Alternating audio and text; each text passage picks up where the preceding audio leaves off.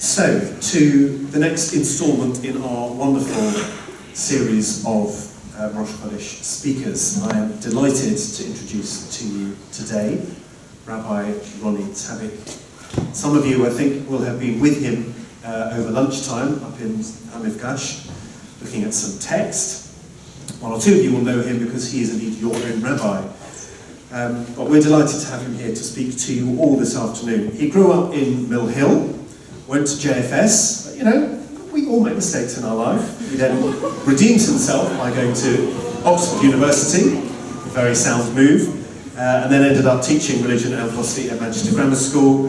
He was ordained this past summer at the Jewish Theological Seminary in New York and has just moved back to the UK with his wife Shoshana, who's a doctor, and two daughters, to begin working in the Masorti community here in the UK. He's the rabbi of New Stoke Newington Shul and an assistant rabbi at New North London, where lots more of you will get to know him if you do not already.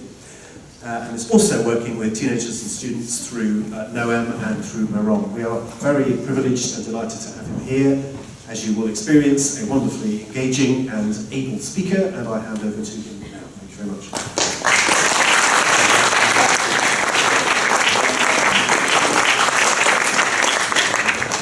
Thank you to Mr. Moriarty for introducing me so nicely, and to Ms. Levan for organising me to be here today. It's really lovely to speak in front of you. As you heard, I used to be a teacher, but I don't think I ever quite gave an assembly in front of so many Key Stage 4 students. Chodesh Tov, it's the new month of Kislev, it's just about to begin. And I want to ask you a question. So the festival of Hanukkah is obviously the most exciting part of the month of Kislev. When you think of Hanukkah, I'm hoping you'll put up your hand and give me some short answers. What do you think of when you think of Hanukkah? Candles. Candles, great. What else do you think of? Donuts. Donuts. Celebration.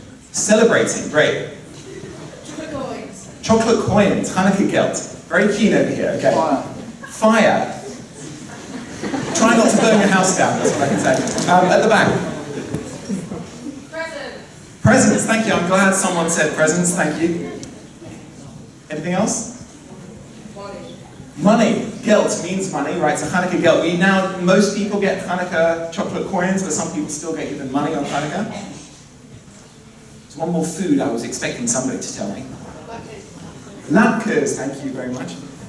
Now, of those things that we just said, would anyone like to hazard a guess which ones are Jewish ideas first, that we came up with as a Jewish people for Hanukkah, uniquely our own? They came up, ours we came up with first. I won't tell you if you're right or wrong. Anyone want to suggest that some of those are our idea? Latkes might be our idea. Might be. No, you think the rest is all shared ideas? You think donuts was our idea? I think Dunkin' Donuts might disagree, but I'm not sure about that. Interesting. So you're pretty convinced, actually, that most of our ideas maybe come from other cultures, and certainly if you were to go to Poland, you'll find that they eat some things very similar to latkes. I'm not totally sure that they are our idea. And this is something I want to talk about. So I want to start with a bit of a joke. It was late December. Hanukkah was coming. Hanukkah was late that year. And there was a tiny village in the middle of Europe. They were terrified that they weren't going to have any latkes this Hanukkah, because they'd run out of the flour that they needed. Everyone was really upset. They were really worried. How are they going to have latkes this year? Well, the rabbi, known as Rabbi Rudy, he was called upon to help to solve the problem.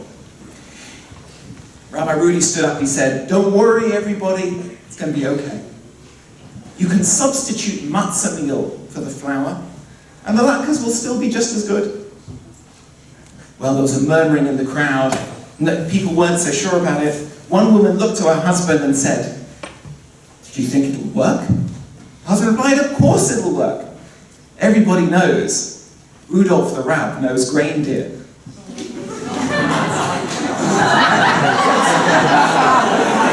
I'm sorry about that.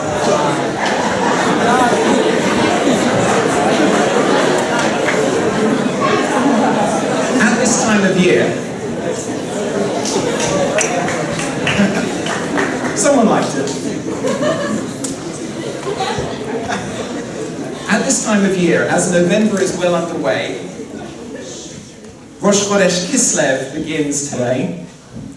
The line between Hanukkah and Christmas can sometimes seem quite thin. As thin perhaps as that terrible pun in the joke I just shared.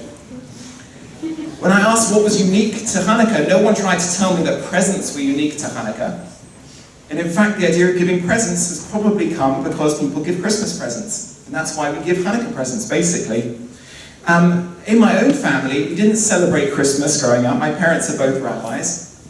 But we did get Christmas presents.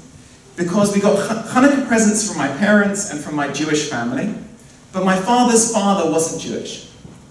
And so my parents always made sure that we got Christmas presents from my grandfather.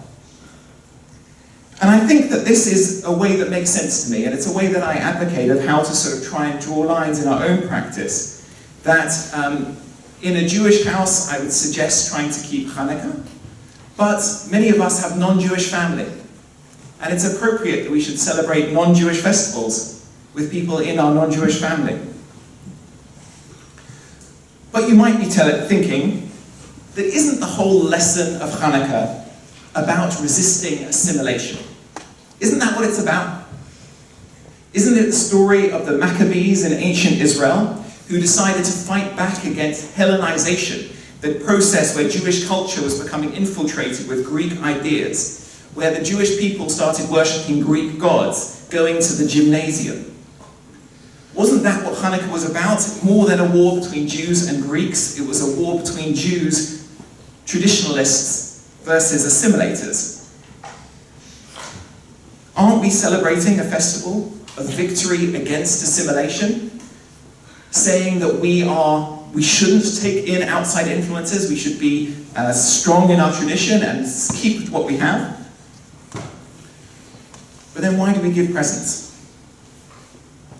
Why does Hanukkah begin on the 25th of Kislev? You ever wondered that?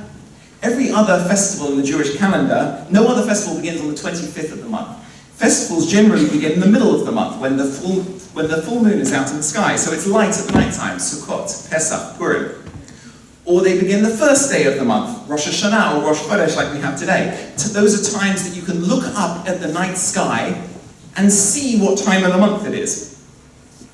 The 25th isn't like that. And how come it's exactly the same day of the month, albeit a different named month, that Christmas begins? 25th of December. Come to that, why is lighting candles so prominent in how we celebrate Hanukkah? In Jewish tradition, if you look back at it, so the story of Hanukkah doesn't appear in our Bible, but it is mentioned in the Mishnah, which is the first codification in Jewish law, written down about the year 200 of the Common Era, so that's about 1800 years ago, which mentions lighting candles very briefly, but doesn't really talk very much about Hanukkah. Hanukkah doesn't seem to be very important for the rabbis of the Mishnah. It's the Babylonian Talmud, a few hundred years later in Babylon, where the idea of Hanukkah is developed at real length, where we learn about the mitzvah, the commands to light candles every night. There, the idea of Hanukkah takes on much greater significance. One of my teachers, Rabbi Dr. Judith Hauptman, has a theory about this. Because in Babylon, the dominant religion was Zoroastrianism. And in that religion, they worshipped Ahura Mazda, the god of light. And they worshipped Ahura Mazda through sacred fire, lighting candles and flames that was sacred. It was in that tradition, in that culture, that our own tradition of lighting Hanukkah candles became prominent. The rabbis of the Talmud know that Hanukkah is more than just a celebration of the Maccabees. And in fact, they tell a story to illustrate that this is, in fact, one of the most ancient ideas, one of the most human ideas. This is the story they tell. Our rabbis taught, when Adam, the first human being, saw the day getting gradually shorter, he's experiencing winter for the first time ever, he said, "Woe is me. Perhaps because I have sinned, the world around me is being darkened and returning to its state of chaos and confusion. This then is the death I have been sentenced to from heaven." So he fasted for 8 days. But then he observed the winter solstice and noted the day was getting increasingly longer. He said, this is the world's natural course. And he celebrated an 8-day festival. Does that sound familiar? It's called a rhetorical question, but it's okay. Winter solstice, this darkest night of the year, when we have the most night, time of darkness, depression, and fear. To quote a well-known TV show, the night is dark and full of terrors. No Game of Thrones fans in the audience. But this moment of solstice is the change, the beginning of the return of light to the world. Or to quote my other favourite programme, Doctor Who.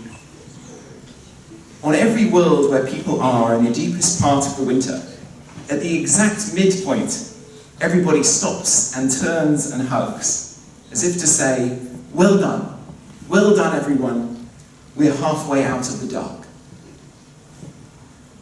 Hanukkah, far from being about a victory against assimilation, is the most human of ideas. The rabbis ascribe it back to Adam. It's an idea that goes across all cultures and groups, dating back to deep pagan ideas of ancient religions of earth and time. It's no coincidence that it begins on the 25th of the month. Before the calendar changed a few hundred years ago, the 25th of December used to be the day after the winter solstice, the first day that was the longer day than the day before, the day Adam started celebrating his 8-day festival. Now, the Jewish month, the 25th of Kislev, goes according to the lunar, not solar calendar, but the symbolism is there. And it's the only festival in the Jewish calendar that spans 2 months, including at its center, a month from now, Rosh Chodesh Tabick, the new moon, the day when, as it will be today, it's the darkest night of the month. The Hanukkah story may be about religious zealots fighting against assimilation, but as we live the festival, it is actually the most pagan in some ways of our holidays. It shares some ideas with the Roman celebration of Sol Invictus, the reborn sun, celebrated on 25th of December, from where Christmas has taken its date. But perhaps we shouldn't be surprised to see this contradiction between these two ideas of Hanukkah as a victory against assimilation, but the festival of Hanukkah as we live it, borrowing all these ideas from other cultures.